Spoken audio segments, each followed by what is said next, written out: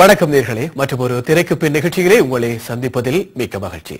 திரைப்படத்தினுடைய சுவாரஸ்யங்களையும் சாதனைகளையும் கொண்டு வருகின்ற திரைக்கு பின் நிகழ்ச்சிக்குள் உங்களை அழைத்துச் செல்கின்றோம்.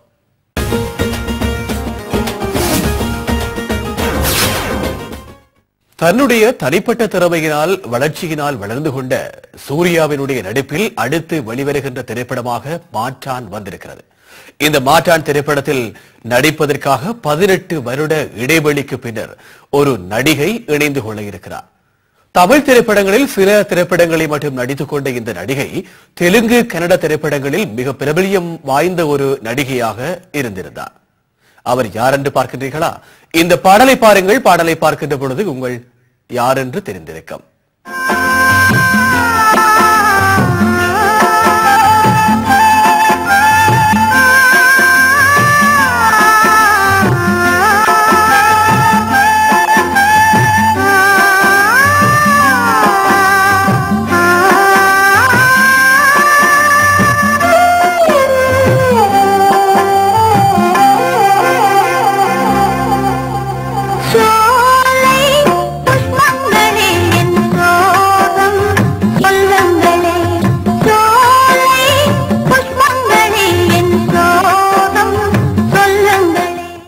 தமிழ் திரையுலகில் மறக்கப்பட முடியாத ஒரு பாடலாக இங்கேயும் ஒரு கங்கை என்ற திரைப்படத்தில் சோலை புஷ்பங்களே என்ற பாடல்களுக்கூடாக தன்னுடைய நடிப்பை வெளிப்படுத்திய இந்த நடிகை கமலஹாசனுடைய நாயகன் திரைப்படத்திலும் தன்னுடைய நடிப்பை வெளிப்படுத்தி இருக்கின்றார்.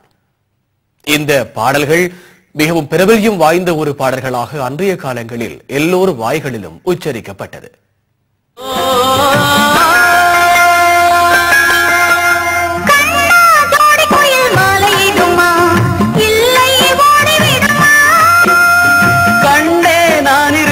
சோகம் என்னம்மா கங்கை வற்றி விடுமா, மூச்சிருக்குது உள்ளூரில் என்னென்னமோ பேசிருக்குது,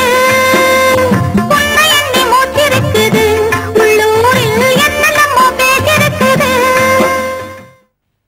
இதே போலத்தான் நீண்ட ஆண்டுகளுக்கு முன்பு வெளியான பறவைகள் பலவிதம் உள்ளிட்ட பல்வேறு தமிழ் திரைப்படங்களில் நடித்ததோடு கன்னட திரையுலகிற்கு இவர் சென்றுவிட்டார். இவர் தான் தாரா.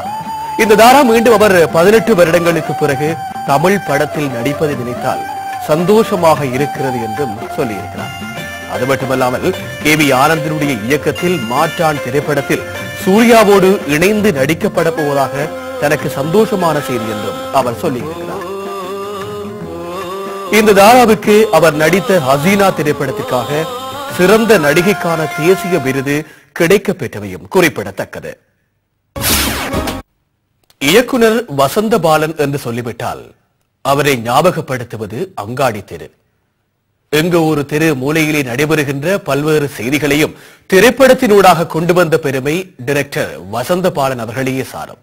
மகேஷ், அஞ்சலி மற்றும் பாண்டி ஆகியோருடைய வித்தியாசமான நடிப்பில் எல்லோரையும் கவர்ந்த ஒரு காதல் திரைப்படமாக அங்காடி தெரு பிரபல்யம் வாய்ந்த திரைப்படமாக மாறிக்கொண்டது.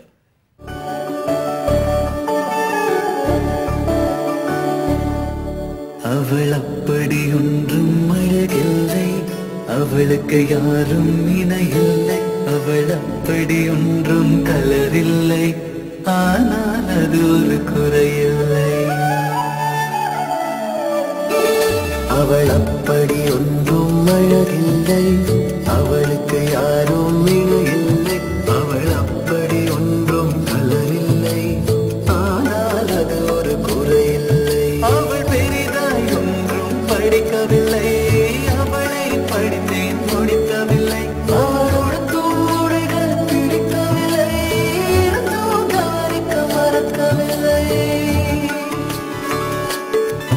அவள் அப்படி ஒன்றும் அழகில்லை, அவளுக்கு யாரும் இணையில்லை, அவள் அப்படி ஒன்றும் கலரில்லை, ஆனால் அது ஒரு குறையில்லை.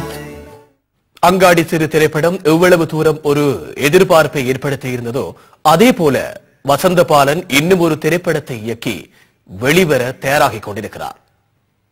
அந்த திரைப்படம் அரவான் என்று பெயரிடப்பட்டிருக்கிறது. வருகின்ற மாதம் 2ஆம் தேதி இந்த திரைப்படம் வெளியிட தயாராகிக் கொண்டிருக்கிறது.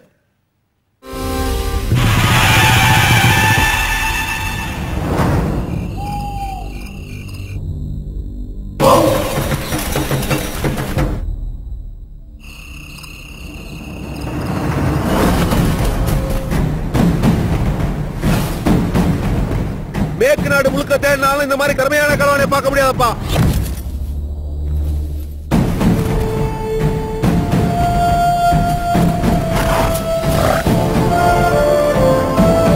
உன் கதை என்ன, நீ யாரு, உன் பேர் என்ன, உங்க அப்பா அத்தாரு, உன் கொடி வரிசை என்ன?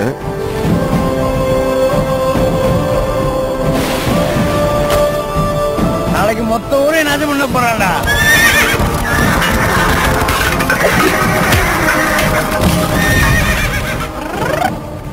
ஒன்பது வருஷமா இந்த நாய் தானே தேடிட்டு இருந்தோம்.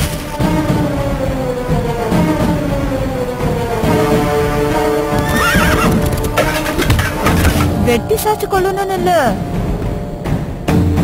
விதைச்சும் கொள்ளலாம்.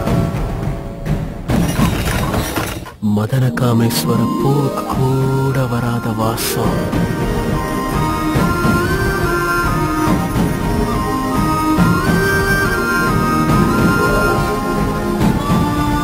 நூறு தலையாது உருளணும்.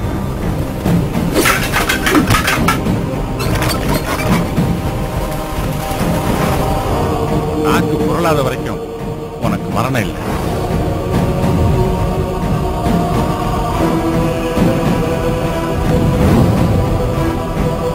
இந்த பையன் எதையோ மறைக்கிறாண்டி.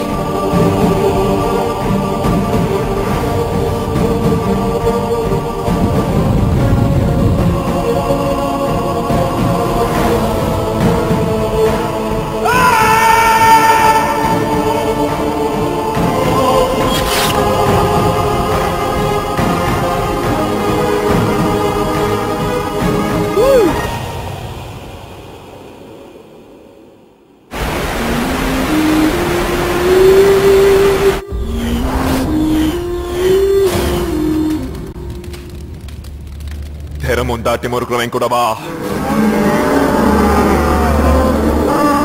தெரங் கெட்டவன் திசையை தேடி ஓடிப்போ. 18ஆம் நூற்றாண்டை மையப்படுத்தி காவல் கோட்டம் என்று வருகின்ற ஒரு நாவலினுடைய அடிப்படையில் உருவாகி இருக்கின்றது இந்த திரைப்படம். இந்த திரைப்படத்தில் பிரபலமான பாடகர் கார்த்திக் இசையமைப்பாளராக அறிமுகமாகின்றார். அது மட்டுமல்லாமல் டைரக்டர் லிங்குசாமி அவர்களும் கூட இந்த படத்தில் தன்னுடைய பங்கு இருக்க வேண்டும் என்று கருதி படத்தினுடைய இணை தயாரிப்பாளராக இணைந்து கொள்கிறாராம். விறுவிறுப்பான எதிர்பார்ப்போடு மார்ச் மாதம் 2ஆம் தேதி அரவான் திரையரங்குக்கு வரப்போகிறது. எல்லோருடைய எதிர்பார்ப்பும் வசந்த பாலனுடைய அடுத்த திரைப்படம் எப்படி இருக்க போகின்றது என்பதுதான் எதிர்பார்ப்பாக இருக்கிறது. பிரபல்யம் வாய்ந்த பல்வேறு நடிகர்களுக்கு ஊடாக வருகின்ற திரைப்படங்களுக்கு அப்பால் புதுமுக நடிகைகள் வருகின்ற திரைப்படங்களுக்கும் தற்காலத்தில் மிகுந்த எதிர்பார்ப்பு காணப்படுகிறது. கடந்த வாரத்திற்கு முதல் வாரத்தில் பாரி என்ற திரைப்படத்தை அறிமுகப்படுத்தியது போல இந்த வாரத்திலும் ஒரு புத்தம் புதிய திரைப்படத்தை கொண்டு வரப்போகிறோம். மாலை பொழுதின் மயக்கத்திலே என்று இந்த திரைப்படத்திற்கு பெயரிடப்பட்டிருக்கிறது. மாலை பொழுதின் மயக்கம் என்றால் அங்கு காதல்களுக்கு, காதல் வரிகளுக்கு, காதல் காட்சிகளுக்கு குறை இருக்காது.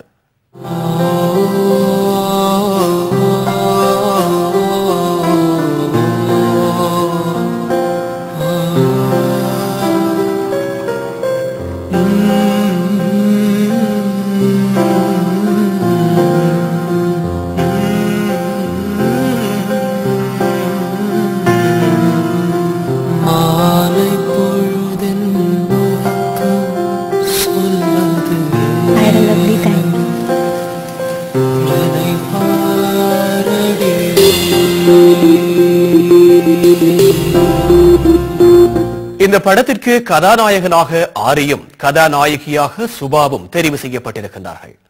இதில் சுபா பெங்களூருவில் மிக சிறந்த ஒரு அழகியாக தெரிவு செய்யப்பட்டவர் என்பதும் குறிப்பிடத்தக்கது. அதாவது வாழ்க்கையிலே அன்றாடம் சந்திக்கின்ற பிரச்சனைகளை மையமாக வைத்து ஜனரஞ்சகமாக இந்த படம் தயாரிக்கப்பட்டிருக்கிறது. மிகப்பெரிய பொருட்செலவில் இந்த திரைப்படம் அமையாவிட்டாலும் கூட புதுமுக நாயகர்களுடைய வருகைகளுக்காக இந்த திரைப்படம் மிகப்பெரிய எதிர்பார்ப்போடு பார்க்கப்படுகிறது.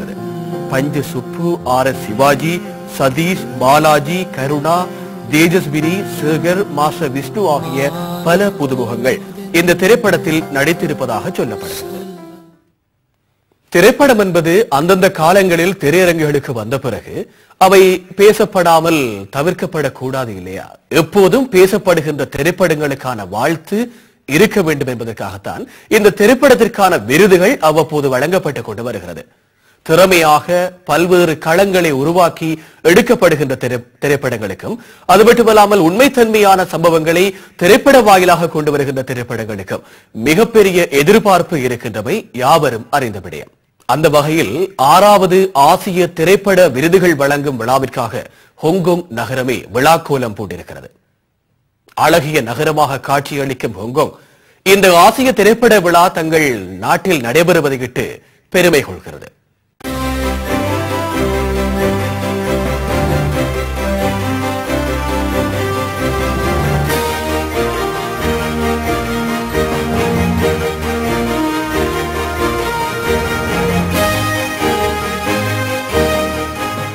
ஆசிய திரைப்படங்களையும் உலக அளவில் பிரதிபலிக்க வேண்டும் என்ற வகையில் 2007ஆம் ஆண்டு முதல் ஆசிய திரைப்பட விருதுகள் வழங்கும் விழா நடைபெற்று வருகிறது. சீனா, ஜப்பான், கொரியா உள்ளிட்ட பல்வேறு நாடுகளின் திரைப்படங்கள் இதில் திரையிடப்படுகிறது. இந்தியாவினுடைய திரைப்படமும் இதில் இடம்பெற்றிருக்கின்றவை குறிப்பிடத்தக்கது. சிறந்த நடிகர், சிறந்த நடிகை, சிறந்த திரைப்படம், அது மட்டுமல்லாமல் வாழ்நாள் சாதனையாளர்கள் 3 பிரிவுகளில் இந்த திரைப்பட விழாவில் வழங்கப்பட இருக்கிறது. இந்த விருதுகள் யாவும் மக்களுடைய வாக்குகளில் இருந்து தெரிவு செய்யப்படுகின்றவை குறிப்பிடத்தக்க விடயமாக இருக்கிறது. இந்தியாவினுடைய சார்பிலும் ஒரு திரைப்படம் தெரிவு செய்யப்பட்டிருக்கிறது.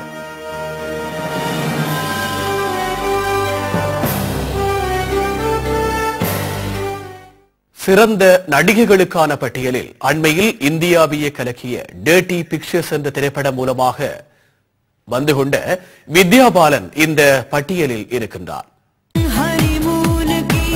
रात होती है मैं वही रात हूँ, उस रात में जो बात होती है मैं वही बात हूँ, होश उड़ा दे जो दिल भर का मैं वही शराब हूँ, कामदेव का सूत्र बड़ा है मैं वही किताब हूँ, मैं वही किताब हूँ.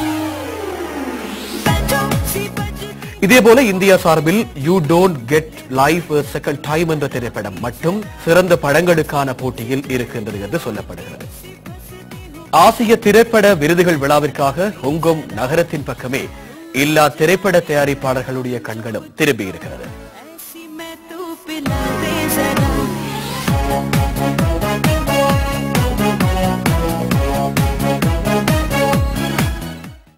தென்னிந்திய திரைப்படங்களில் விஷால் மற்றும் மீரா ஜாஸ்மினுடைய நடிப்பில் வெளிவந்த சண்டைக்கோழி என்ற திரைப்படம் மிக பிரபல்யம் வாய்ந்ததாக வந்திருந்தது. இந்த திரைப்படத்தை லிங்குசாமி இயக்கியிருந்தார். பாடல்களுக்கு இசையமைத்திருந்தார் யுவன் சங்கர் ராஜா. எல்லோருடைய மனங்களிலும் இடம் பிடித்துவிட்ட திரைப்படமாக இந்த சண்டைக்கோழி என்ற திரைப்படம் அமைந்திருக்கிறது. மீரா ஜாஸ்மினுடைய வித்தியாசமான நடிப்பும் விஷாலினுடைய கவரத்தக்க நடிப்பும் இந்த திரைப்படத்தை உச்சத்துக்கே கொண்டு சென்றது. சத்தியமா சொல்றேன், அந்த புள்ளைய நான் முதல்ல பார்த்ததுக்கு அப்புறம் நல்லா பாக்குற கண்ணும் சரியா நடக்கிற காலம் எனக்கு தப்பாதான் தெரிஞ்சது. உங்களுக்கு எல்லாம் தெரியாது, நான் பார்த்தது வேற, நீங்க பார்த்தது வேற. அதெல்லாம் லவ். தற்போது இயக்குனர் லிங்குசாமி சண்டைக்கோழிக்கான 2ஆம் பாகத்திற்கான திரைக்கதை அமைக்கும் பணியில் மும்முரமாக ஈடுபட்டு வருகின்றாராம். விஷால் மற்றும் மீரா ஜாஸ்மின் ஆகியோருடைய ஒத்துழைப்போடு யுவன் சங்கர் ராஜாவுடைய அதே இசையமைப்போடு மீண்டும் சண்டைக்கோழி 2ஆம் பாகம் வெளிவர இருக்கின்றது என்று சொல்லப்படுகிறது. 1ஆம் பாகத்திற்கு இருந்த எதிர்பார்ப்பை போலவே 2ஆம் பாகத்திற்கும் சிறந்த எதிர்பார்ப்பு இருக்க வேண்டும் என்பது விஷால் மற்றும் மீரா ஜாஸ்மினுடைய எதிர்பார்ப்பாக இருக்கிறது. தென்னிந்திய திரைப்பட உலகில் 31 வருட அனுபவங்களை கடந்து இன்றும் சிறந்த பாத்திரங்களை ஏற்று நடிக்கக்கூடிய வல்லமையோடு வலம் வருகின்றார் நிழல்கள் ரவி. 500 படங்களை தாண்டிவிட்ட நிழல்கள் ரவி 1980ஆம் ஆண்டு நிழல்கள் திரைப்படத்தின் மூலம் அறிமுகமாக இருந்தார்.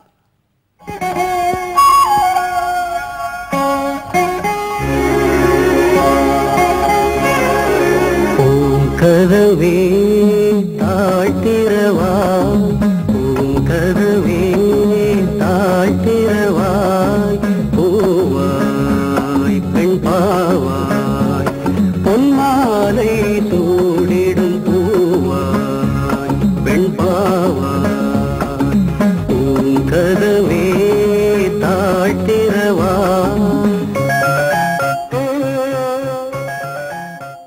அண்மையில் வெளியான சூழ்நிலை திரைப்படம் அவருடைய 500வது திரைப்படமாக அமைந்திருக்கிறது. நிழல்கள் ரவி நிழல்கள் திரைப்படத்தில் ஹீரோவாக நடித்த தன்மையை யாரும் மறந்திருக்க மாட்டீர்கள்.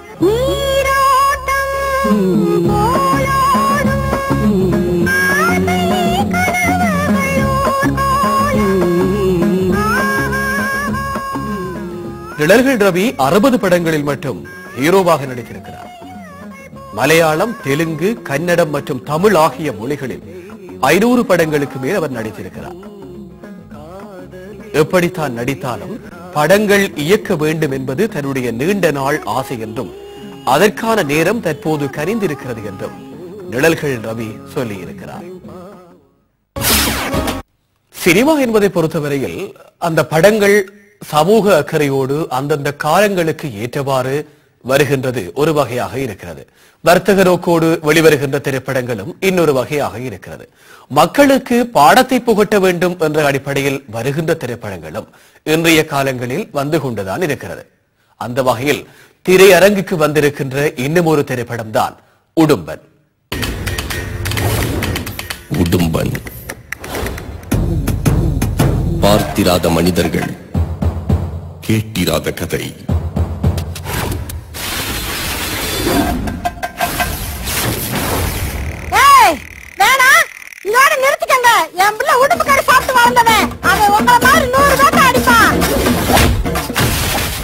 கிராமத்து பிள்ளைகளுக்கு சரியான கல்வி கிடைத்ததா? அவர்களின் கல்வி முறை எப்படி இருக்கின்றது? வியாபாரமான கல்வி அனைவருக்கும் வழங்குவது எப்படி என்ற பல்வேறு விழிப்புணர்வுகளை இந்த திரைப்படத்தில் பதிவு செய்யப்பட்டிருக்கிறது. படத்தின் கதாநாயகனாக இருப்பவர் இந்தியாவினுடைய நம்பர் 1 பைக் ரேஸ் வீரர், அதாவது சிறந்த சைக்கிள் ஓட்ட வீரர் திலீப் ரோஜர் நடித்திருக்கின்றார். உடும்பன் என்ற திரைப்படம் யாருக்கு பாடத்தை புகட்டுகின்றது என்ற விடயத்தை திரையரங்குகளுக்கு சென்று பாருங்கள். நடிகர் திலகம் சிவாஜி கணேசனுடைய நடிப்பில் 1964ஆம் ஆண்டளவில் வெளிவந்த புராண வரலாற்று திரைப்படம் தான் கர்ணன். பார்த்த அத்தனை பேரையும் கட்டி போட்ட ஒரு காவிய திரைப்படம். சிவாஜி கணேசன் மற்றும் சாவித்திரி ஆகியோருடைய நடிப்பில் சிறந்த திரைப்படமாக அன்றைய காலங்களில் பார்க்கப்பட்டது. பூஜ்யம். எங்கே ஓடுகிறாய்?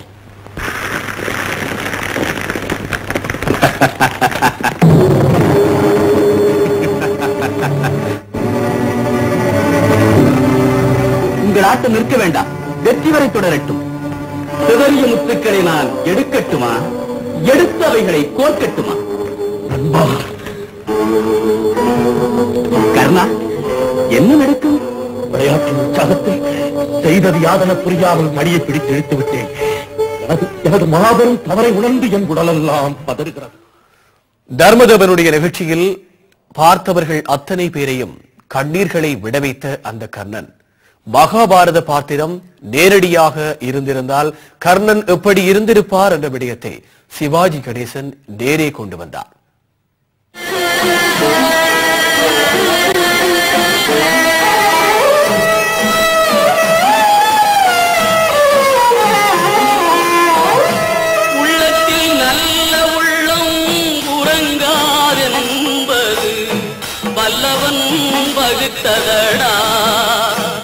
கர்ணா, வருவதை எதிர்கொள்ளடா. உள்ளத்தில் நல்ல உள்ளம் உறங்காதென்பது வல்லவன் வகுத்ததடா. கர்ணா, வருவதை எதிர்கொள்ளடா.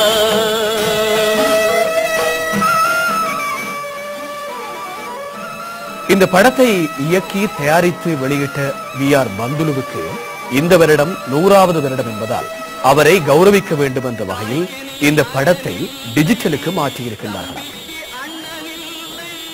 இன்றைய தொழில்நுட்ப ரீதியில் இன்று காணப்படுகின்ற அனைத்து வசதிகளையும் பயன்படுத்தி சிறந்த ஒலியமைப்போடு மேம்படுத்தப்பட்ட தரத்தோடு இந்த திரைப்படம் மீண்டும் வெளியிடப்பட்டிருக்கிறது. படத்தின் ட்ரெய்லர் வெளியிடப்பட இருக்கிறது பிப்ரவரி மாதம் 21ஆம் தேதி. சத்யம் திரையரங்கில் இந்த திரைப்படத்துக்கான வெளியீடு இடம்பெற இருக்கிறது.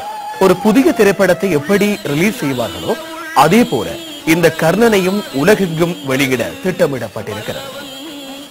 இது நடிகர் திலகத்தினுடைய நடிப்பிற்கும் திரைப்படமாகிய கர்ணனுக்கும் கிடைத்த உயர்ந்த மரியாதையாக பார்க்கப்படுகிறது.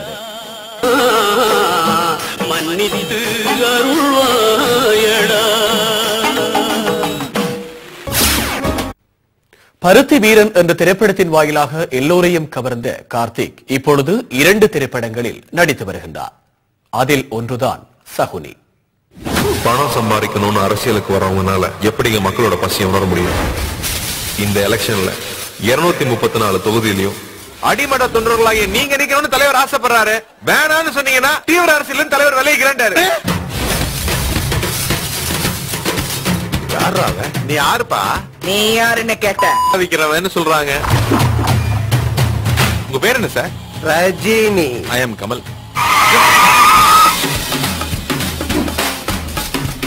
உன் பேர் அஜித். இவர் சூர்யா, இவா திரிஷா. ஒரு பையன் கலகலரா சொக்கா போன்னு சுத்தனா அந்த சரௌண்டிங் ஒரு ஜன்னல் ஓபன் ஆகணுமே. வெள்ள பம்பரோ மெல்ல சுத்துதே, கள்ள பார்வதா கண்ண கொத்துதே. 6 கோடி தமிழர்களின் சுவாசம்னா ஏன் சுவாசம்? 100 ரூபாய் கொடுத்தா எதிர்கட்சிக்காரனை கூட உள்ள விட்டுருவானுங்க. ஒரு கட்டத்துல பிலாங்கல் ஊதிக்கிற கிருஷ்ணா என்ன சொல்றான்னா, எங்கேயும் ஓடிப்புள்ள அடிக்கிற வெயிலுக்கு ஒரு கூல் ட்ரிங்க் கூட வாங்கி கொடுக்க மாட்டேங்கிற. மோதுகாரிட மோதினாதான் கேம்ல ஒரு சுறுசுறுப்பு வரும். அக்கா மட்டும் ஊன்னு சொல்லுங்க, அவங்களை கவுன்சிலர் ஆகி காட்டுறேன். என்னங்க உங்க கதை? முடிச்சு அவுக்கிறது ஒரு சுவாரஸ்யம்னா அவுக்க முடியாத முடிச்ச போறது அதை விட சுவாரஸ்யம். சகுனி திரைப்படம் ஏப்ரல் மாதம் 14ஆம் தேதி வெளிவர இருக்கின்றமையும் குறிப்பிடத்தக்கது. இன்றைய திரைக்கு பின் நிகழ்ச்சியிலே பல்வேறு சாதனைகளையும் சுவாரஸ்யங்களையும் பார்த்திருக்கிறோம். பழைய புதிய இடைக்கால திரைப்படங்களுடைய பார்வையில் பல்வேறு வித்தியாசமான சுவையான சம்பவங்களை பார்த்திருக்கின்றோம். வருகின்ற வாரமும் இதே வேளையில் இதே நேரத்தில் திரைக்கு பின் நிகழ்ச்சியில் உங்களை சந்திக்கும் வரை விடைபெற்றுக் கொள்ளும் நான் உங்களில் ஒருவன் யோகா தினேஷ். நன்றி, வணக்கம் நேயர்களே.